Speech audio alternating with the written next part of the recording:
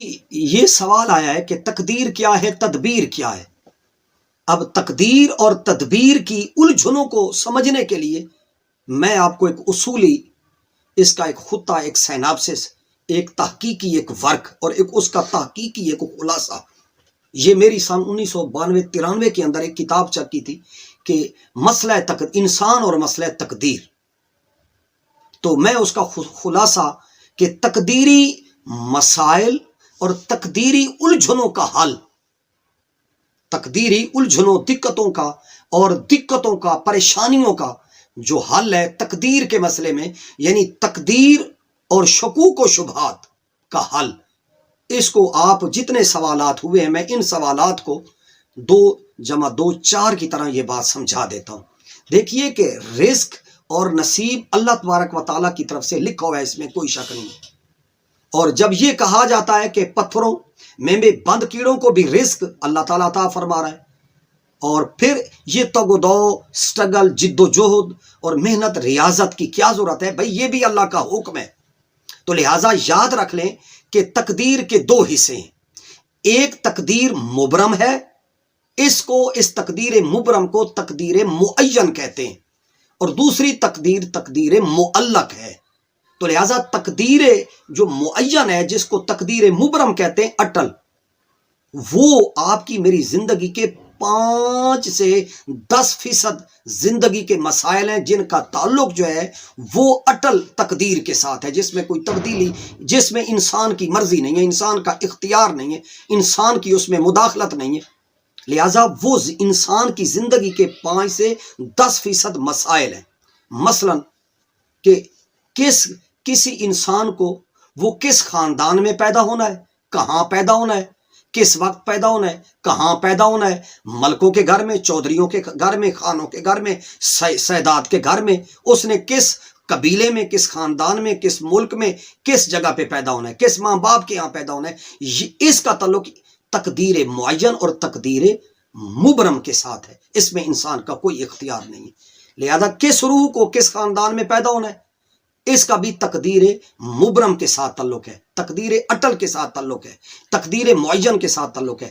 عزت، ذلت، زندگی، موت، اولاد، لڑکا ہونا، لڑکی ہونا، کتنی اولاد ہوگی، وہ اولاد صحت مند ہوگی کہ نہیں ہوگی، موت کب آئے گی، کس وقت آئے گی، اور اس کے پاس اولاد کتنی ہوگی، یہ سارے معاملات یہ ہماری چوائس اور ہمارے اختیار میں نہیں ہے، یہ اللہ رب العالمین کی چوائس ہے، اور ان تمام معاملات کا تعلق جو ہے وہ تقدیر مبرم اور تقدیر معین کے ساتھ ہے۔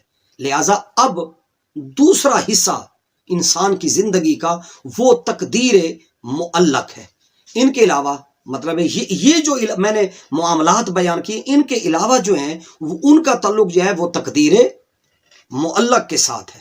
لہٰذا اللہ تبارک و تعالیٰ نے آپ کو مجھے یہ بات سمجھانے کے لیے کہ تمہاری زندگی کے یہ جو معاملات ہیں، ان میں ڈز کیا ہے اور ڈو ناٹ کیا ہے، کیا کرنا ہے اور کیا نہیں کرنا، ان کے بارے میں اللہ تبارک و تعالیٰ نے نبیوں کو بھیجا کہ کیا کرنا ہے اور کیا نہیں کرنا۔ ان کے لیے اللہ رب العزت نے نبیوں کا سلسلہ شروع فرمایا، آسمانی کتابیں نازل فرمائیں۔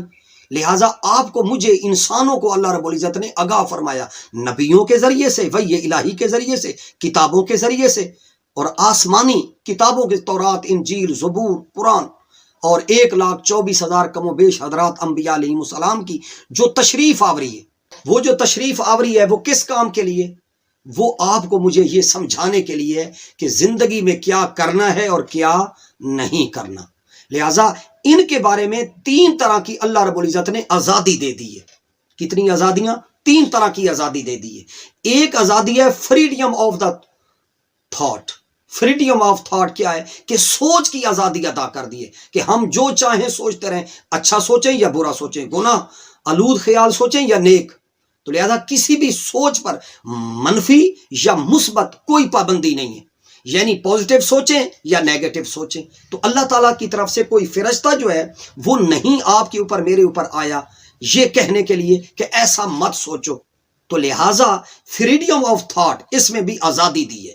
نمبر 2، دوسری آزادی یہ دی ہے کہ فریڈم ڈیسیژن، یعنی فریڈم آف ڈیسیژن، یعنی فیصلے کی آزادی اللہ تعالیٰ نے دی ہے کہ آپ اور میں جو چاہیں فیصلہ کر سکتے ہیں، برائی کی طرف جانا ہے یا اچھائی کی طرف جانا ہے، بھلائی کی طرف جانا ہے یا گناہ کی طرف جانا ہے، کوئی روک ٹوک نہیں۔ یہ دوسری آزادی ہے۔ اب تیسری آزادی اللہ رب العزت نے یہ دی ہے کہ فریڈم آف ایکشن۔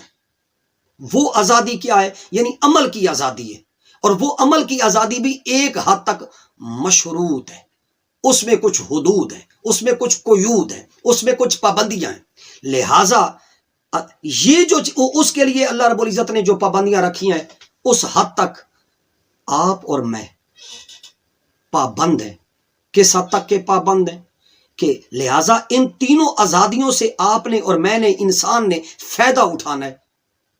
تو لہٰذا کوئی سا بھی آپ اور میں کوئی کام کر سکتے ہیں، لیکن جس حد تک اللہ کے نظام کائنات میں مداخلت نہ ہوتی ہو، یعنی جہاں وہ حد شروع ہوگی جہاں اللہ تعالیٰ کے خدائی اختیارات میں مداخلت ہوگی، تو یہ اتھارٹی اللہ تعالیٰ نے اپنے پاس رکھی ہے کہ اللہ اپنی کائنات کے اندر اس طرح کی جو مداخلت ہے وہ آپ کو مجھے اللہ تبارک و تعالیٰ نے نہیں دی۔ اس کا اختیار اللہ کے پاس ہے۔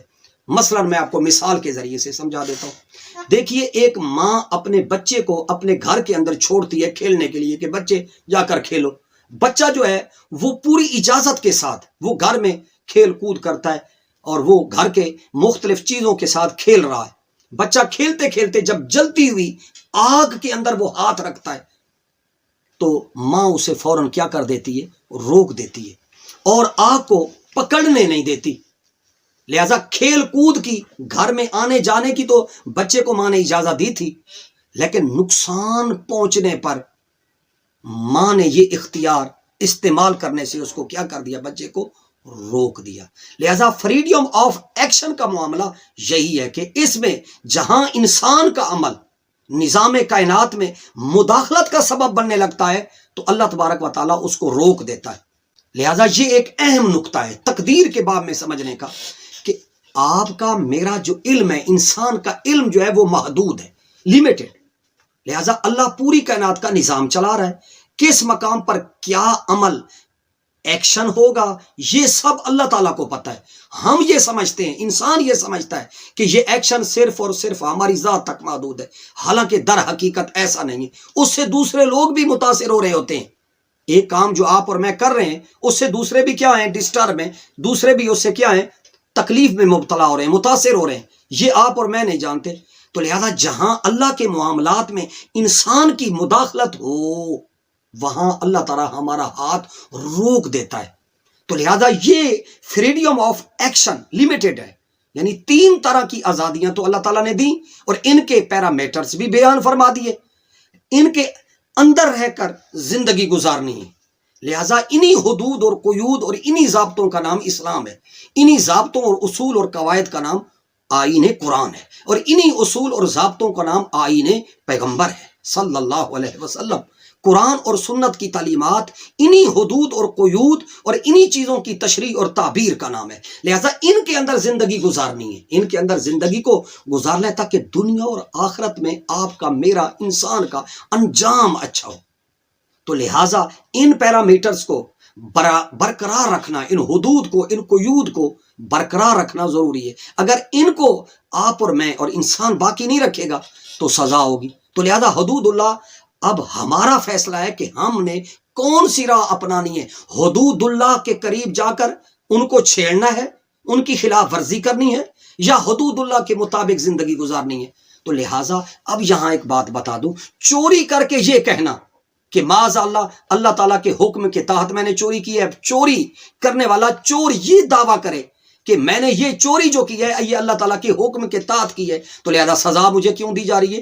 یہ تصور تقدیر کا مسئلہ نہ سمجھنے کے باعث ہے۔ لہذا اسی طرح کوئی آدمی کسی کو قتل کر کے یہ کہے کہ معاذ اللہ کہ اللہ تبارک و تعالیٰ کی مرضی سے اللہ تعالیٰ کا لکھا ہوا ایسا تھا، لہذا میں نے تو قتل کر دیا، لہذا مجھے اب جو ہے نا اس کی سزا نہ دی جائے، تو لہذا ایسا کہنا، ایسا سوچنا غلط ہوگا۔ اسی طرح یعنی اللہ تعالیٰ نے کیونکہ چوری سے بھی منع کیا ہے، قتل کرنے سے بھی منع کیا ہے، تو لہذا ایک عمل سے جب اللہ تعالیٰ نے منع کر دیا ہے تو پھر اس میں اللہ تعالیٰ کی خوشنودی یا اس کی مرضی کیسے ہو سکتی ہے؟ تو لہٰذا اللہ تعالیٰ نے جب حدود قیود بیان کر دی ہیں تو 3 طرح کی آزادی دی ہے، اس لیے کہ جزا اور سزا کا تصور، اگر یہ آزادی نہ ہوتی تو پھر سزا اور جزا بھی مقرر کرنا یہ بھی حدود کے خلاف ہوتا، نا انصافی ہوتا۔ لہٰذا اللہ رب العزت نے آزادی دے کر آپ اور میں ارادے میں آزاد ہیں۔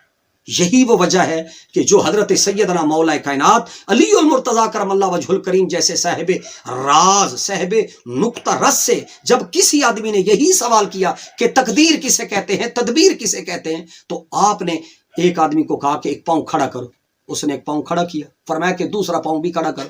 جب اس نے پہلا پاؤں کھڑا کیا تو وہ کھڑا رہا، جب اس نے دوسرا پاؤں کھڑا کیا تو وہ گر پڑا۔ فرمایا کہ تقدیر ہے الامر بین الامرین، کہ تقدیر 2 چیزوں کا نام ہے کہ بعض چیزوں میں انسان مختار ہے اور بعض چیزوں کے اندر انسان مجبور ہے۔ لہٰذا ایک پاؤں پہ کھڑا ہونا، ہو سکنا، یہ انسان کے آزاد ہونے کی دلیل ہے، اور دوسرا پاؤں کھڑا نہ کر کے برقرار نہ رہ سکنا یہ انسان کے مجبور ہونے کی دلیل ہے۔ اور مولا روم رحمت اللہ علیہ نے بھی یہی مسئلہ سمجھایا ہے ایک مثال اور ایک حکایت کے ذریعے سے، کہ ایک جبری آدمی تھا جو چوری کرتا تھا، ڈکیتی کرتا تھا، رازنی کرتا تھا، اور کہتا تھا یہ تو لکھی تقدیر ایسی ہے۔ تو کہتے ہیں کہ مولانا روم رحمت اللہ علیہ اس مسئلے کو سمجھاتے ہیں کہ وہ شخص جو ہے نا وہ ایک باغ میں گیا چوری کی، اس نے جا کر سنگ تروں کا باغ تھا، جا کر سنگ ترا اتارا، ایک دفعہ بھی اتار کے چلا گیا، دوسری دفعہ بھی، تیسری دفعہ بھی، چوتھی دفعہ بھی۔ مالک نے اس کو سمجھایا کہ بھائی یہ ایسا تم کیوں کرتے ہو؟ اس نے کہا بھائی لکھی تقدیر ایسے ہے، دانے دانے پر مہر ہے، لہٰذا میں تو اپنا یعنی تقدیر کا لکھا جو رزق ہے وہ لینے کے لیے آتا ہوں۔ چلو، مالک ایک دن وہ اس کے پارے پر بیٹھ گیا سنگتروں کے باغ میں، اور وہ جو ہے نا اوپر چوری جو ہے کرنے کے لیے وہ اوپر چڑھا، وہ سنگ ترے توڑ رہا تھا۔ اس نے جب سنگ ترے توڑ لیے، نیچے مالک آ گیا، اس نے آ کر پکڑ لیا۔ جب پکڑ لیا تو اس کے چوتڑوں پر جب 2-4 ڈنڈے لگائے اور اسے کانگوشی پکڑوائی، اور جب اس نے مارا تو وہ چیختا چلاتا تھا۔ اس نے کہا کہ دیکھیں تو نے یہ دانا، یہ سنگ ترے کا یہ باغ میں آ کر چوری کیوں کی؟ تو کہتا تھا کہ لکھی تقدیر ایسے ہے۔ فرمایا کہ اب یہ سزا بھی تیری لکھی ایسے ہے۔ تو وہ برے عقیدے سے وہ کیا آیا، باز آیا۔ تو لہذا دوستو، بھائیو، یہ کہنا کہ لکھی تقدیر میں ایسے ہے تو لہذا میں نے لکھی تقدیر کے تحت ایسا کیا ہے، تو لہذا یہ بات درست نہیں ہے۔ یہ کہنا کہ میری لکھے میں رزق ایسا ہے، تو بھائی لکھا جو رزق ہے، لکھا رزق آپ کا میرا بنیادی ایسا ہے، لیکن اس کے لیے محنت کرنا، مشقت کرنا، کاروبار کرنا آپ کے اوپر، میرے اوپر فرض اور لازم ہے۔ برکت اللہ دینے والا ہے، آپ نے میں نے کوشش کرنی ہے، کوشش کر کے نتیجہ اللہ کے سپرد کرنا ہے۔ وہ افوض امری الی اللہ، اللہ تعالیٰ آپ کو مجھے راستہ اعتدال نصیب فرمائے۔